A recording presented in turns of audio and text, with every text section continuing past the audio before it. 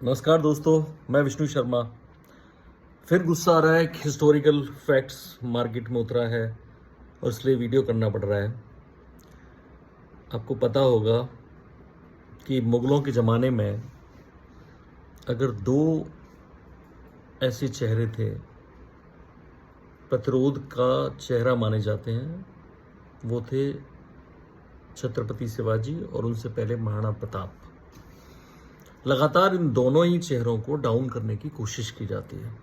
आप औरंगजेब को बढ़ावा देते हो तो निशाने पे आपके शिवाजी आते हैं, और वही समाजवादी पार्टी के अबू आजमी ने पहले औरंगजेब के महिमा मंडन के लिए एक बयान दिया।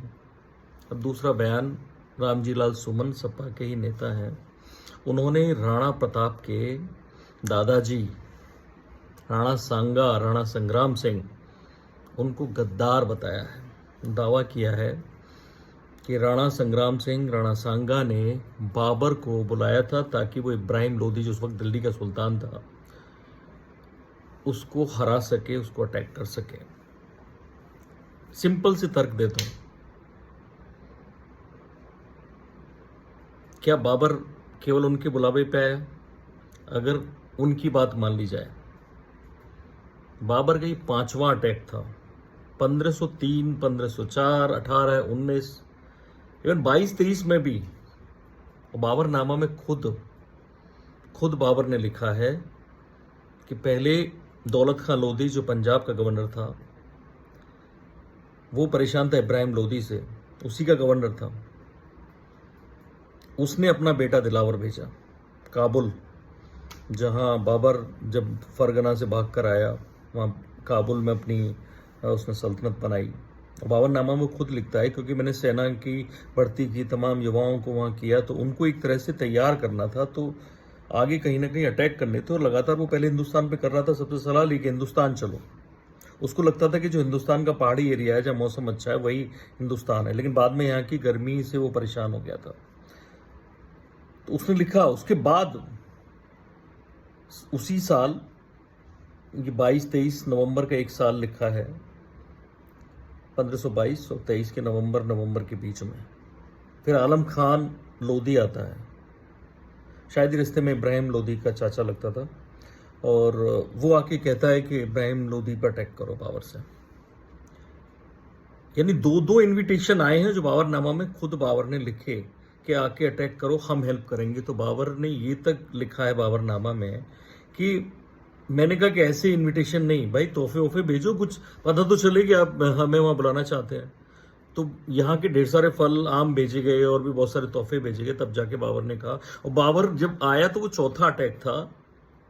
पहले तो वो रुक गया कि उनकी एक बेटी पैदा हो गई बाबर के गुलबदन, जिसका नाम रखा गया था।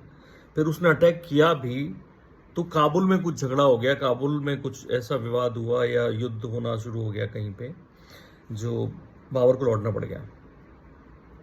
तो फिर बात अटक गई। फिर आलम खान लोधी एक साल बाद फिर बाबर को बुलाता है। अब सोचिए, इतने इनविटेशन जा रहे हैं, या कहीं राणा सांगा सीन में नहीं है, तब बाबर आता है।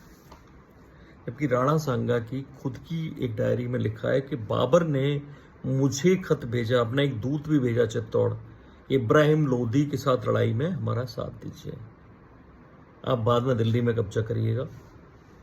लेकिन राणा सांगा ने साथ नहीं दिया। लेकिन ये लोग इतिहास को इस तरह से बताते हैं कि कंफ्यूज कर देते हैं लोगों को। ये कंफ्यूजन, ये कोई गौर नहीं करता आप लोगों में से क्यों करते हैं। वोट की राजनीति तो है ही, साथ में जो हमारे बिलीफ्स हैं, हमारे विश्वास हैं, उन पर ही अटैक करते हैं। सबसे पहले कोशिश हुई कि आर्यों को बाहर का बताया जाए, तो उन्होंने इतना सारा कंफ्यूजन फैलाया कि लोकमान्य तिलक, इतने बड़े पढ़ने लिखने वाले, मराठा केसरी के संपादक और इतने बड़े देशभक्त, उन तक ने ये लिख डाला एक किताब में कि आर्य बाहर से आए थे, उत्तरी ध्रुव से आए थे। अब जब रथ मिल रहे हैं 4000 साल पुराने, तो बातें सब गलत साबित हो रही हैं। तो ये सब आपको कंफ्यूजन की कोशिश हो रही है और होती आई है, हमेशा से गलत पढ़ाया गया। जो महमूद गजनवी का रिश्तेदार था, सालार गाजी, उसके नाम पे यूपी में कितने शहरों में मेले लगते हैं। वो लूटने आया था मैं, लूटा भी, सोमनाथ मंदिर पर अटैक किया।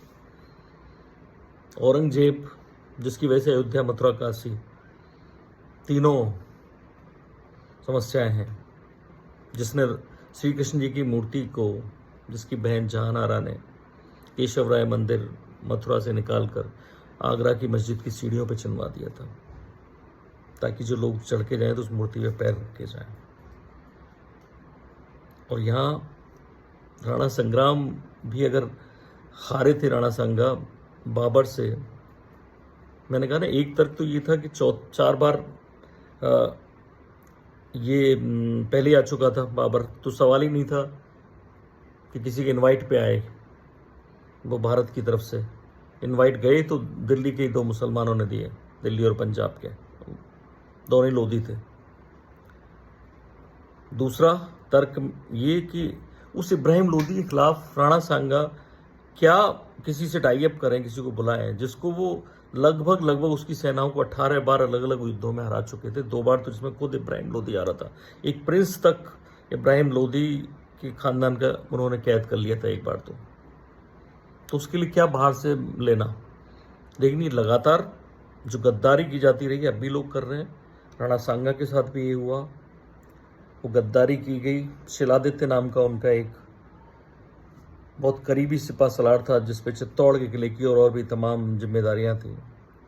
आखिरी वक्त में बाबर के लालच में वो फंस गया, जिसके चलते वो राणा सांगा, जिनके एक हाथ नहीं था, जिनके पैर में तीर घुसने से वो एक तरह से विकलांग जैसी पोजीशन में आ गए थे, बावजूद इसके वो लड़ रहे थे, लगातार तमाम युद्ध जीत रहे थे। मालवा, गुजरात, यहाँ पूरा राजस्थान, MP और नॉर्थ गुजरात, ये सब पे उनका एक तरह से शासन हो चुका था।